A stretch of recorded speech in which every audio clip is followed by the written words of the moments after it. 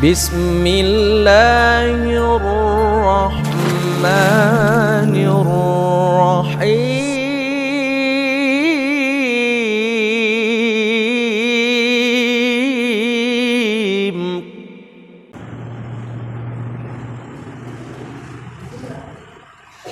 Kita mulai. Bismillahirrahmanirrahim. Assalamualaikum warahmatullahi wabarakatuh. Alhamdulillah wassalatu wassalamu ala Rasulillah wa ala alihi wa sahbihi wa mawalah wa la hawla wa la quwwata illa billahi wa ba'du. Alhamdulillah, segala puja dan puji hanya milik Allah Subhanahu wa taala. Salawat dan juga salam kita hadiahkan kepada Rasul kita Nabi besar Muhammad sallallahu alaihi wa ala alihi wasallam. Pembahasan di pagi menjelang siang ini kita akan fokus bicara soal hijab bagi kaum wanita. Tentu ini masalah penting untuk dibahas seputar hijab dan juga cadar. Karena bagaimanapun pakaian wanita itu akan berbeda dengan pakaian laki-laki. Pakaian wanita itu lebih tertutup dibandingkan pakaian laki-laki.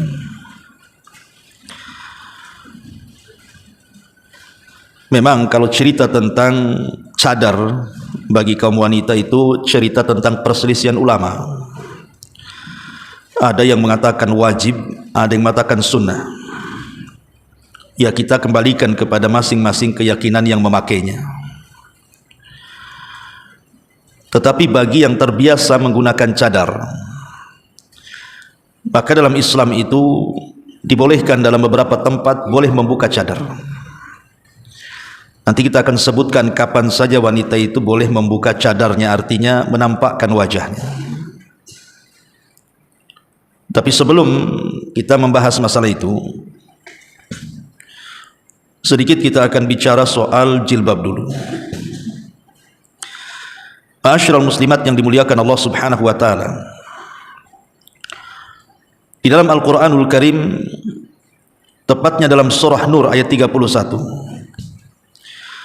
Allah Subhanahu wa taala berfirman, "Wa la yubdina zinatahunna illa ma dhahara minha." Dan janganlah mereka kaum wanita itu menampakkan perhiasan mereka kecuali yang biasa tampak dari mereka. Dalam ayat ini Allah Subhanahu wa taala merintahkan kaum wanita untuk menutup seluruh anggota badan mereka kecuali yang tampak, yang boleh ditampakkan saja. Ibnu Abbas radhiyallahu anhuma memberikan catatan maksudnya yang boleh ditampakkan itu adalah wajah dan telapak tangan saja. Kemudian juga Allah Subhanahu wa taala berfirman di ayat 30 dan 31-nya masih dalam surah Nur. Qul lil mu'minina yaghudduna min absarihim wa yahfaduna wa yahfazu furujahum dzalika azka lahum innallaha khabirum bima yasnaun wa qul lil mu'minati yaghuddna min absarihin wa yahfadna furujahun. Katakanlah kepada laki-laki yang beriman agar mereka menjaga pandangan dan memelihara kemaluannya. Yang demikian itu lebih suci bagi mereka. Sungguh Allah Maha mengetahui apa yang mereka perbuat. Dan katakan pula kepada para wanita yang beriman agar mereka menjaga pandangannya dan memelihara kemaluannya. Ayat ini juga menunjukkan bahwa pada diri wanita ada sesuatu yang terbuka dan boleh dilihat. Sebagian para ulama mengatakan yang boleh diperlihatkan adalah wajah dan juga telapak tangan. Intinya bahwa kaum wanita harus menutup seluruh anggota badannya. Kalaupun harus ditampakkan, maka hanya dua perkara yang boleh ditampakkan dari wanita. Pertama wajah, dan yang kedua telapak tangan. Selain wajah dan telapak tangan, itu semua aurat sampai kepada kaki. Makanya juga wanita juga harus pakai kaos kaki supaya tidak tampak kakinya. Yang ingin saya jelaskan seputar jilbab ini atau hijab di sini, ada syarat-syarat yang harus dipenuhi seorang wanita saat menutup seluruh anggota badannya dengan jilbab dan hijab mereka. Apa saja syarat-syaratnya ini? Pertama, syarat jilbab ataupun hijab di sini harus menutup seluruh tubuhnya selain yang dikecualikan tadi. Maksudnya dikecualikan itu wajah dan telapak tangan saja. Kemudian yang kedua, tidak boleh ketat sehingga kemudian membentuk anggota tubuhnya. Karena ada riwayat dari Usamah ibn Zaid radhiyallahu anhu, dia pernah berkata, jadi kata Usamah itu, Nabi SAW pernah memberiku satu baju kutbiyah. Baju kutbiyah ini maksudnya yang baju tebal, di mana baju ini sebenarnya hadiah dari Dihya al-Kalbi kepada Nabi SAW, kemudian oleh Rasul dihadiahkan kepada Usamah ibn Zaid. Lalu kata Usamah ibn Zaid, baju itu pun aku pakaikan pada istriku. Maka Nabi SAW kemudian berkata kepadaku, mengapa kamu tidak mengenakan baju kutbiyah? Maka kata Usamah ibn Zaid mengatakan, ya Rasul, aku hadiahkan juga kepada istriku, biar istriku yang memakainya. Maka Rasul SAW mengatakan kepada Usamah ibn Zaid ini, kalau begitu perintahkan agar istrimu mengenakan baju dalam, baru kemudian pakailah baju kutbiyah itu. Alasannya apa? Karena Nabi SAW mengatakan, aku khawatir baju itu masih bisa menggambarkan bentuk tulang istrimu. Hadis ini dikeluarkan Imam Ahmad dan Baihaqi dengan sanad yang hasan. Lihat dari sini bagaimana Nabi SAW masih melarang bagi wanita itu kalau menggunakan pakaian masih terdapat lekukan badannya. Dan ini yang banyak di masyarakat kita itu kan, banyak kaum wanita itu yang kemudian mereka berpakaian seperti orang telanjang. Salah satunya karena ketat masalahnya, terlalu ketat sehingga membentuk tubuh. Pada Rasul mengatakan kepada Usamah ibn Zaid, bilang sama istrimu, sebelum kau pakaikan baju kutbiyah itu, suruh pakai pakaian dalam lagi, jadi 2 lapis. Alasannya supaya tidak menggambarkan bentuk tulangnya.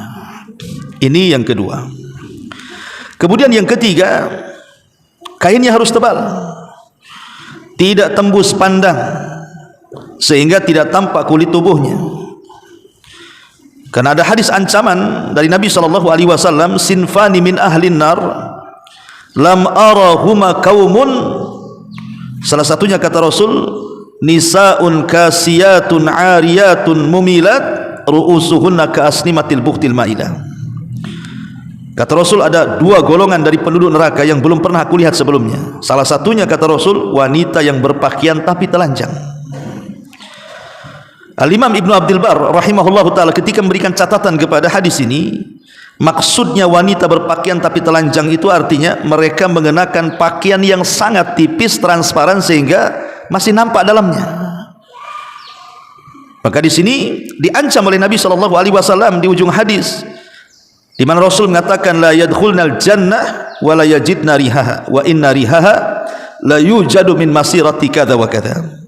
Maka wanita yang berpakaian seperti ini tidak akan masuk surga, mencium bau surga pun tidak. Naudzubillah. Makanya ibu kalau punya anak perempuan, perhatikan pakaian mereka. Jangan ajari pakaian-pakaian, diberikan atau dibelikan pakaian yang justru memasukkan anak putri kita ke neraka. Naudzubillah. Ini yang ketiga. Yang keempat, tidak menyerupai pakaian laki-laki.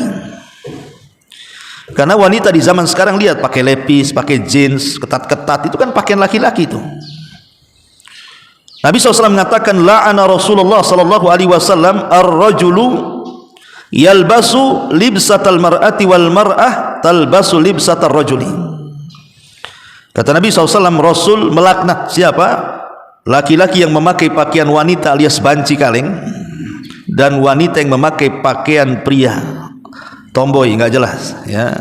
Jadi nggak boleh, walaupun anak-anak bu ya. Kadang-kadang kita dari Anak-anak kecil itu yang perempuan kadang-kadang mungkin ibunya atau bapaknya pengen anak laki-laki, keluar pula anak perempuan.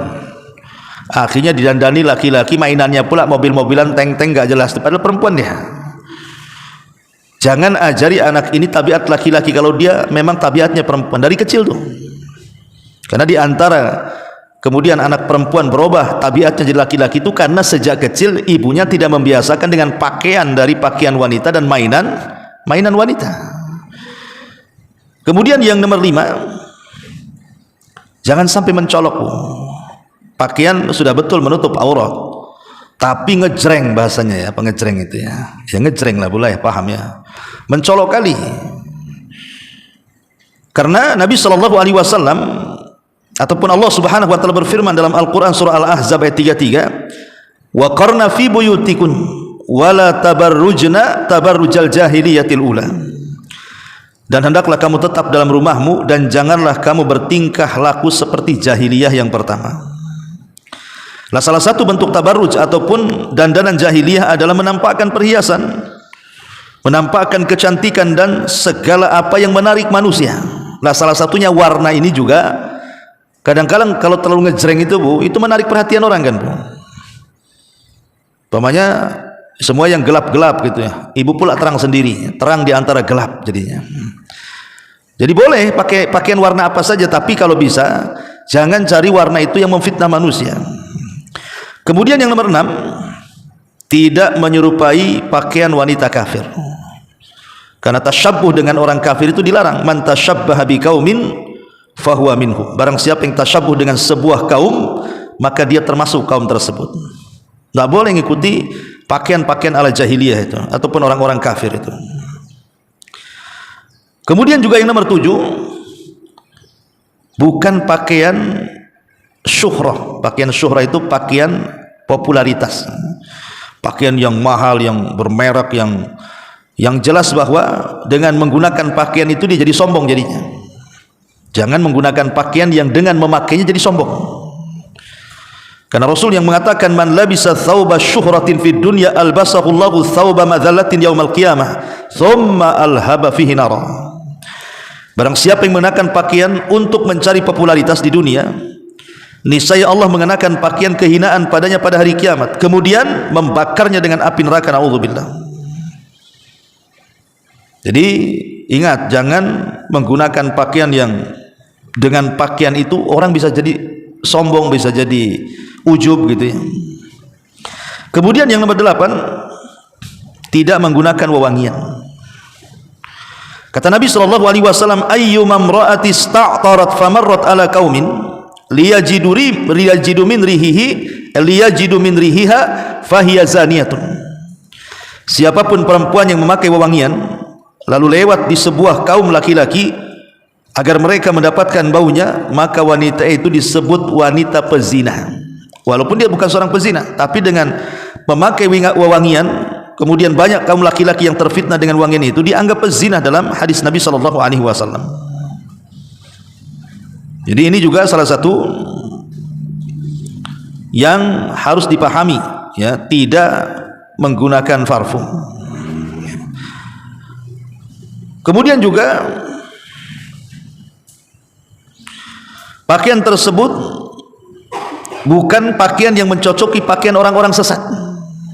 Bukan hanya tasyabuh dengan orang kafir saja, pakaian-pakaian orang sesat pun masuk di sini.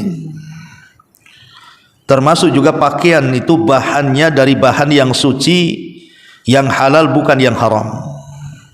Nah, ini juga diantara syarat-syarat ibu menggunakan jilbab ataupun hijab ataupun pakaian secara umum bagi kaum wanita. Taib masyarul muslimat yang dimuliakan Allah Azza wa Jalla, kita masuk pada hukum cadar dulu. Tadi sudah katakan Bu, memang hukum cadar itu ada yang mewajibkan, ada yang tidak mewajibkan. Adapun sebagian para ulama yang mewajibkan ini dari ulama-ulama kontemporer ya memang banyak ya, terutama ulama-ulama Saudi. Itu rata-rata mereka mewajibkan wanita-wanita itu menggunakan cadar. Tentu alasannya karena wajah bagi kaum wanita itu adalah sumber fitnah. Orang kalau melihat perempuan itu kan yang pertama dilihat wajahnya, bukan pakaiannya. Makanya karena wajah itu sumber fitnah, rata-rata para ulama Saudi Arabia, seperti sebut saja fatwa daripada Asy-Syaikh Muhammad Asy-Syinkiti, Asy-Syaikh Abdul Aziz bin Baz, Asy-Syaikh Ibnu Utsaimin, Asy-Syaikh Abdullah ibn Jarullah bin Ibrahim Al-Jarullah, kemudian Syekh Bakar ibn Zaid, Syekh Mustafa Al-Adawi dari Mesir gitu ya. Itu rata-rata ulama-ulama Saudi itu dan juga fatwa Lajnah Daimah itu semua mewajibkan wanita itu wajib pakai cadar ya. Tetapi tidak semua ulama di tempat-tempat lain mewajibkan, tidak. Seperti Syekh Albani rahimahullahu taala tidak mengatakan wajib. Cadar itu kata beliau sunnah. Jadi memakai cadar kata beliau adalah sunnah Nabi SAW, tidak sampai kepada wajib. Tetapi walaupun demikian, walaupun tidak sampai kepada taraf wajib, hanya sekedar sunnah saja, tapi tetap menutup wajah itu jauh lebih baik dibandingkan membukanya. Walaupun sunnah, namanya sunnah kan, kalau diamalkan dapat pahala kan begitu. Kalau ditinggalkan tidak apa-apa, itu kalau sunnah. Oke lah, pokoknya saya tidak akan membahas tentang hukum dalil-dalil yang mengatakan wajib cadar ataupun yang mengatakan sunnahnya bercadar.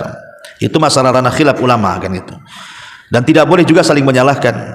Yang bercadar jangan menyalahkan yang tidak bercadar pula jangan ngolok-ngolok yang bercadar. Karena ada dua kubu ulama, dua-duanya membawakan masing-masing dalil yang banyak sekali. Dan itu juga khilaf antara mazhab, antara ulama-ulama mazhab ya. Tapi yang ingin saya jelaskan lebih lanjut adalah pembahasan kita tentang wanita-wanita yang bercadar, ibu-ibu yang sudah bercadar ya. Bahwa dibolehkan seseorang itu membuka cadar pada waktu-waktu tertentu. Nah, inilah yang kita akan bahas, kapan wanita itu boleh membuka cadar pada waktu-waktu tertentu tadi. Ma'asyiral muslimat yang dimuliakan Allah Subhanahu wa taala. Yang pertama, wanita boleh membuka cadar itu ketika al-khitbatu, ketika seorang wanita dikhitbah laki-laki. Umpamanya ibu punya anak gadis sudah bercadar, atau ibu sendiri umpamanya seorang janda, kemudian ada yang meminang. Maka saat proses khitbah itu seorang wanita boleh membuka cadarnya supaya wajahnya ketahuan. Ketika mengkhitbah itu, khitbah itu kan belum nikah ya. Dan ini tidak ada khilaf di antara para ulama tentang bolehnya membuka wajah ketika khitbah di sini. Karena ada sebuah hadis dari Sahl bin Sa'ad radhiyallahu anhu, dia mengatakan, "Inna imra'atan ja'at ila Rasulillah sallallahu alaihi wasallam faqala, ya Rasulullah, ji'tu li ahabu laka nafsi." Fa nadhara ilaiha Rasulullah sallallahu alaihi wasallam fa sa'ada an-nadharu ilaiha wa sawwabahu thumma ta'ta'a ra'sahu. Falamma ra'atil mar'atu annahu lam yaqdi fiha syai'an jalasat. Faqama rajulun min ashabihi faqala, ay ya Rasulullah, la illam takun laka biha haja fazawwijniha. Jadi dari Sahl bin Sa'ad radhiyallahu an, ada seorang wanita datang kepada Nabi sallallahu alaihi wasallam dan mengatakan, ya Rasulullah, saya hibahkan diriku siap dinikahi oleh kamu. Maka Rasul melihat kepada wanita itu, kemudian Nabi sallallahu alaihi wasallam melihat wajahnya, kemudian Rasul menundukkan pandangannya, seolah-olah Nabi sallallahu alaihi wasallam tidak berkeinginan dengan wanita itu. Sehingga ada seorang Ansor mengatakan, Rasul, kalau kau tidak ingin menikahi wanita itu, nikahkan aja dia dengan aku, katanya. Kata Nabi SAW, kau punya apa? Carilah sesuatu yang bisa kau jadikan mahar. Akhirnya dia pulang ke rumahnya, rupanya tidak punya harta kecuali sarung yang dipakainya. Kemudian sahabat ini mengatakan, ya Rasul, aku tidak punya harta kecuali sarung yang kupakai, katanya. Kalau ku kasihkan dia, telanjang pula aku, katanya. Kalau tak aku kasihkan, tak ada pula aku harta. Kata Rasul, kalau begitu pulang lagi, carilah di rumahmu walaupun hanya cincin dari besi. Pulang dia nyari cincin dari besi, tak ada pula cincin dari besi itu. Memang fakir sahabat ini. Kemudian kata Nabi SAW, ya sudah, kalau begitu berapa hafalan Quranmu? Kemudian dia mengatakan, hafidtu surata kadza wa kadza, aku hafal surat ini dan itu. Kata Rasul, kalau gitu uzawwijuka bima ma'aka minal Quran, ku nikahkan kamu dengan maharmu Al-Quran yang ada padamu. Syahidnya di sini Nabi SAW melihat wajah wanita itu kan.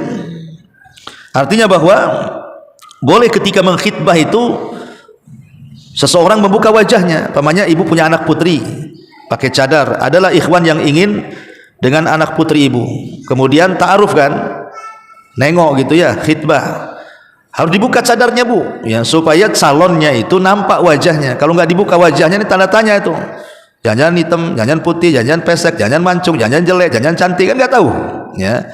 Tapi kalau dibuka wajahnya, nampaklah wajahnya, sehingga makin selera yang melihatnya. Ini yang nomor pertama, boleh ketika berkhitbah seorang wanita membuka wajahnya. Yang kedua, saat muamalah, saat bermuamalah. Maksudnya saat bermuamalah itu apa? Kata para ulama, yajuzu laha kashfu wajhiha, dibolehkan seorang wanita itu membuka wajahnya inda hajatiha ila bai'in aw syira'in, ketika dia punya hajat menjual sesuatu atau membeli sesuatu. Kama yajuzu lil ba'i an yanzura ila wajhiha li taslimil mabi', sebagaimana seorang penjual boleh memandang wajah perempuan untuk menyerahkan barang dagangannya kepadanya, tetapi syaratnya malam yuaddi ila fitnatin, selama tidak ada fitnah. Pamannya ibu punya rumah, mau transaksi jual beli, yang beli pula pakai cadar, ya, maka ibu boleh nanya, pamannya, tengok wajahnya, jangan penipu pula kan gitu, jangan laki-laki pula pakai cadar kan banyak tuh kasus-kasus laki-laki pakai cadar rupanya, kumpul pula di majelis akhwat, pas ngomong baru tahu suaranya gede geber gitu, wah ini laki-laki ini, kan ada yang seperti itu. Jadi dibolehkan, tetapi sekali lagi selama tidak mengandung fitnah. Kemudian yang ketiga, al-mu'alajah, saat berobat, saat wanita itu berobat kepada seorang dokter, ya.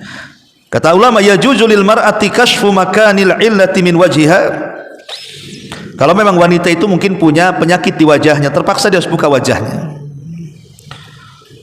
karena sebuah pengobatan, tapi dengan syarat tetap kalau wanita kan ada mahramnya bu ya, harus ditemani ketika konsultasi ke dokter. Kalau memang ada dokter wanita, alhamdulillah, terkadang qadarullah pula dokternya laki-laki dan harus melihat wajahnya, maka tidak ada masalah, tapi ditemani mahramnya tentunya ya. Jadi bolehkan, bahkan seorang dokter boleh memandang dari wajah pasiennya kalau itu memang berhajat. Tapi kalau tidak ada hajat, cukup umpamanya berhadap-hadapan konsultasi saja, ya tidak perlu dibuka. Maksudnya kalau ada pemeriksaan yang menghajatkan membuka wajah, ya tidak apa-apa, buka saja kalau memang itu untuk pengobatan. Kemudian yang keempat, asy-syahadah, persaksian. Ya, persaksian tentu di depan peradilan. Umpamanya ibu jadi saksi, ibu udah biasa pakai cadar, kata hakim buka cadarnya, buka saja supaya tahu saksinya siapa kan gitu. Kalau pakai cadarnya tidak tahu saksinya siapa, wajahnya kayak apa ya. Maka dalam persaksian dibolehkan seorang wanita itu membuka cadarnya sehingga menampakkan wajahnya. Termasuk juga di waktu persidangan al-qudha, jadi boleh seorang wanita membuka wajahnya di hadapan hakim, di hadapan qadhi. Kemudian yang nomor 6, as-sabi al-mumayyiz ghaira dhi syahwah, anak kecil yang sudah mengerti walaupun belum balik. Umpamanya ibu punya anak wanita belum balik tapi sudah paham ya, usia 7 tahun, 8 tahun, kan baliknya wanita kan 9 tahun, anggaplah di bawah itu, dan dia belum punya syahwat, maka tidak mengapa gadis yang belum balik dan tidak memiliki syahwat untuk membuka wajahnya, tidak ada masalah ya. Kemudian yang nomor 7, adimus syahwah. Adimus syahwah itu wanita yang sudah kehilangan syahwatnya, mungkin sudah sepuh kali ya, sudah tua sekali. Jadi bolehkan wanita-wanita yang sudah tua, sudah 70-80 tahun itu kan sudah nenek-nenek lah bahasa kitanya, syahwat pun sudah tidak ada, maka tidak mengapa dia membuka wajahnya. Tetapi kalaupun dia ingin pakai cadar, ya tidak ada masalah juga. Kemudian yang nomor 8, al-ajuz allati la yushtaha mithlaha. Selain daripada yang tidak punya syahwat tadi, al-ajuz ya yang sudah tua. Kalau yang tidak punya syahwat kan bisa muda bisa tua. Tapi kalau yang sudah tua, artinya ala ajus yang sudah nenek-nenek, maka itu dibolehkan, karena kan sudah tidak ada lagi keinginan untuk ini itu, ya. Jadi makanya dibolehkan. Termasuk yang kesembilan, ini menjadi khilaf para ulama, seorang wanita muslimah membuka wajahnya di depan orang kafir. Tetapi pendapat yang kuat tetap di depan orang kafir pun tidak boleh membuka wajahnya. Termasuk ketika haji, Bu. Kalau ibu haji atau umrah, maka ketika haji dan umrah itu tidak boleh menutup wajah. Kalau sudah masuk ke ihram, maka seorang wanita wajib membuka wajahnya ketika umrah atau ketika haji. Kalau sudah niat ihram, tidak boleh ditutup wajahnya itu. Kapan boleh menutup? Ya kalau selesai ihram, selesai manasik umrahnya atau selesai manasik hajinya, boleh ditutup lagi. Tapi selama kemudian masih kondisi ihram dan dia sedang umrah ataupun haji, maka tidak boleh seorang wanita itu menutup wajahnya. Dia harus membuka wajahnya. Ataupun yang ke-11, halatul ikrah, atau dalam posisi dipaksa, kena ancaman, buka wajahmu, kalau enggak aku bunuh kamu, umpamanya kan. Itu darurat namanya, ya. Ad-daruratu tubihul mahdurat. Dalam posisi-posisi darurat, ya gimana lagi, namanya orang darurat, membolehkan yang diharamkan. Maka dalam posisi ikrah dipaksa dan begitu seterusnya. Atau yang ke-12, dalam kondisi-kondisi tertentu yang memang berhajat untuk melihat wajah. Seperti ibu ke negara lain, kan harus lewat imigrasi itu kan, Bu. Kalau dicocokkan tuh paspor dengan wajah kita tuh. Ataupun mengurus tertentu di kantor-kantor tertentu, antara KTP dengan orangnya kan perlu disamakan tuh. Jangan-jangan yang bawa KTP lain pula, orangnya lain pula kan. Maka dalam kondisi-kondisi tertentu boleh untuk mencocokkan saja antara wajah dia dengan paspor, antara wajah dia dengan KTP yang dibawanya. Maka itu dibolehkan, ya. Ataupun di depan mahramnya, di depan orang-orang yang memang ada hubungan mahram dengan dia, ada hubungan mahram dengan dia, maka boleh seorang wanita membuka wajahnya. Ya, tentu ini sekali lagi bagi yang mewajibkan pakai cadar, ya. Bagi pendapat yang mewajibkan pakai cadar, maka boleh membuka wajahnya dalam kondisi-kondisi seperti ini. Tapi kalau yang berpendapat bahwa cadar itu sunnah, ya kapan saja boleh dibuka lah kan, itu ya namanya sunnah bagi dia. Bahwa memakai itu afdol dan tidak memakai itu tidak berdosa, ya. Kalau sunnah saja tidak ada masalah, mau dibuka wajah di mana saja tidak ada masalah. Saya kan hanya di sini kita bicara soal yang mewajibkan cadar, ya. Boleh membuka wajahnya dalam kondisi-kondisi seperti ini. Dan boleh juga seorang wanita membuka wajahnya di hadapan orang buta. Jadi kalau ada orang buta, boleh seorang wanita membuka wajahnya, tapi jangan melihat wajah orang buta itu, karena orang buta itu tidak melihat wajahnya kan, tapi masalahnya kan kita melihat dia. Makanya dibolehkan, kata para ulama, ya juzulil mar'ati kashfu wajhiha indal a'ma. Dibolehkan bagi wanita membuka wajahnya bagi orang yang buta, li'annahu la yatamakkan min nadhari ilaiha, karena orang buta itu tidak sanggup melihat. Nah, ini diantara perkara-perkara wanita-wanita boleh membuka wajahnya bagi yang mewajibkan cadar, bagi yang terbiasa menggunakan cadar, ya.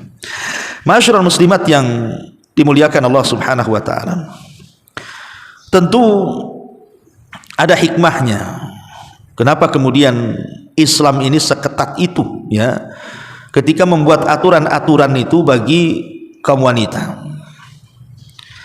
Kenapa demikian, gitu ya? Pertama, karena ini demi kebaikan wanita itu. Jadi Islam itu sangat memperhatikan kaum wanita di saat orang-orang jahiliyah di zaman itu tidak memperhatikan kaum wanita, ya. Dan ingat bahwa persoalan pakaian itu, pakaian wanita yang saya sebutkan dari awal sampai akhir ini semua adalah syariat. Karena ada orang yang menganggap bahwa seperti cadar ini itu tradisi orang Arab katanya. Enggak, bukan tradisi orang Arab. Dulu orang jahiliyah enggak pakai cadar. Orang jahiliyah menampakkan rambutnya, orang jahiliyah menampakkan perhiasannya. Tapi setelah datang Islam dirubah semuanya. Bahkan dilarang, wala tabarrujna tabarrujal jahiliyatil ula. Itu bukan pakaian orang Arab. Makanya ada orang yang sinis, pakaian biasa aja lah, kok pakaian kayak orang Arab, kok bukan orang Arab kok, katanya. Ya, ada juga yang ngomong gitu kan, kalau ibu pakaian hitam-hitam gitu, ya. kemudian pakai jilbab panjang, apalagi sampai pakai cadar. Ada juga yang sinis tuh, kamu ini hidup di Batam, bukan hidup di Arab katanya kan. Pakaian biasa aja lah kayak orang Melayu katanya. Disangkanya itu tradisi Arab gitu ya. Bukan. Masalah jilbab, hijab, niqab ini bukan tradisi Arab, ini syariat. Karena dibahas oleh madhab, oleh Imam Syafi'i, Abu Hanifah, Imam Malik, semua membahasnya dalam kitab-kitab mereka. Jadi pakaian wanita itu bukan tradisi Arab, tetapi memang syariat, dan itu demi kebaikan para wanita. Salah satunya adalah supaya tidak diganggu, supaya tidak memfitnah, tidak diganggu dan tidak memfitnah. Sebab kalau wanita itu pakaiannya seperti pakaian orang fasik, kemudian menampakkan aurat-aurat mereka, naudzubillah kan begitu, kayak pakaian kurang bahan itu Bu, itu kan mudah diganggu sama laki-laki itu jadinya kan. Berapa banyak kemudian terjadi pemerkosaan, pelecehan seksual dan begitu seterusnya ketika wanita-wanita itu menggunakan pakaian yang nampak auratnya. Artinya bahwa Islam itu betul-betul menjaga kaum wanita. Jadi bukan hanya dia sendiri akhirnya menjaga dirinya dari fitnah orang lain, juga tidak memfitnah orang lain. Karena kalau wanita itu tidak menggunakan hijab, jilbab ataupun niqab gitu ya, itu sama dengan ibu menyebarkan dosa jariah.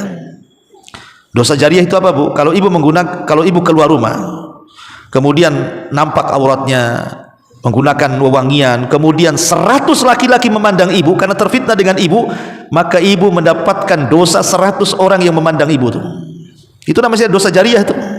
Coba bayangkan, keluar rumah tak punya dosa, tapi karena dia buka aurat, kemudian 1000 laki-laki yang nonton dia, terfitnah dengan dia, pulang bawa 1000 dosa dia, karena 1000 laki-laki yang nonton dia kan. Ini hati-hati dosa jariah ini. Apalagi na'udzubillah di zaman medsos seperti ini, Masya Allah, kita berlindung kepada Allah. Justru banyak kaum wanita itu entah penyakit apa yang dalam dadanya itu, sengaja dia memfoto dirinya, kemudian mencantumkan di Facebook, di TikTok, di YouTube, subhanallah ya. Bahkan ada yang mencari uang itu di YouTube itu, jadi YouTuber itu justru dengan jualan aurat tuh. Sengaja dia telanjang-telanjang, kemudian dimasukkan ke dalam YouTube supaya banyak subscribernya atau penontonnya, akhirnya dapatlah monet di situ. Haram, tidak boleh ya. Jadi ini memang sudah luar biasa, persis seperti yang disabdakan Nabi SAW, sinfani min ahlin nari lam arahuma, ada 2 kelompok yang aku tidak pernah melihat sebelumnya. Artinya kelompok itu baru terjadi hari ini. Salah satunya apa? Nisaun kasiyatun ariyat, wanita-wanita yang berpakaian tapi telanjang. Nah ini kan pakaian-pakaiannya transparan, kemudian juga nampak pakaiannya, badannya, lengkuk tubuhnya, macam-macamnya. Nah ini semua adalah fitnah jariah. Inilah diantara pembahasan kita seputar hijab, jilbab dan juga niqab. Wallahu alam. Mungkin tidak banyak-banyak, kita buat tanya jawab. Silakan kalau ada yang mau bertanya.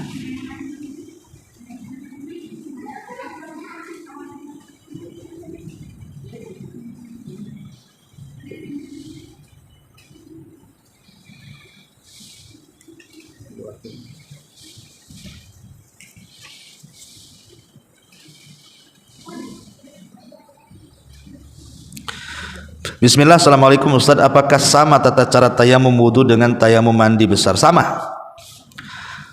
Karena dulu di zaman Nabi ada seorang sahabat, dia terkena junub, kemudian tidak ada air, kemudian guling-guling dari pasir Bu.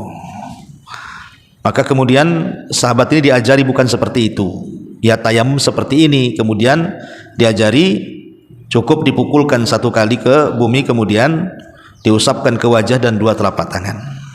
Jadi yang membedakan tayamum untuk pengganti wudu dan tayamum untuk pengganti junub itu hanya niat. Niat saja yang membedakan. Adapun kaifiyahnya, caranya sama saja. Tayamum yang menggantikan wudu seperti itu caranya, tayamum untuk mandi jinabah pun seperti itu caranya. Jadi tidak ada beda caranya, cuman yang membedakan niat saja. Satu niat untuk mengangkat hadas kecil, satu niat mengangkat hadas besar, itu saja yang bedakan. Pamannya contohnya nih, ibu malam-malam suami ngajak hubungan suami istri, akhirnya kata ibu, nanti aja katanya. Kenapa? ATB tak nyala ada 3 hari katanya. Apa gara-gara ATB ibu tak ngelayani suami? Gak boleh. Ibu tetap ngelayani suami. Lah besok kalau mandi tak ada air gimana Ustaz? Kalau pakai air galon, nah berapa duit tuh beli 1 galon tuh? Maka tidak pusing-pusing kalau tidak ada air untuk berwudu atau mandi besar, tayamum. Apa susahnya? Itulah enaknya Islam.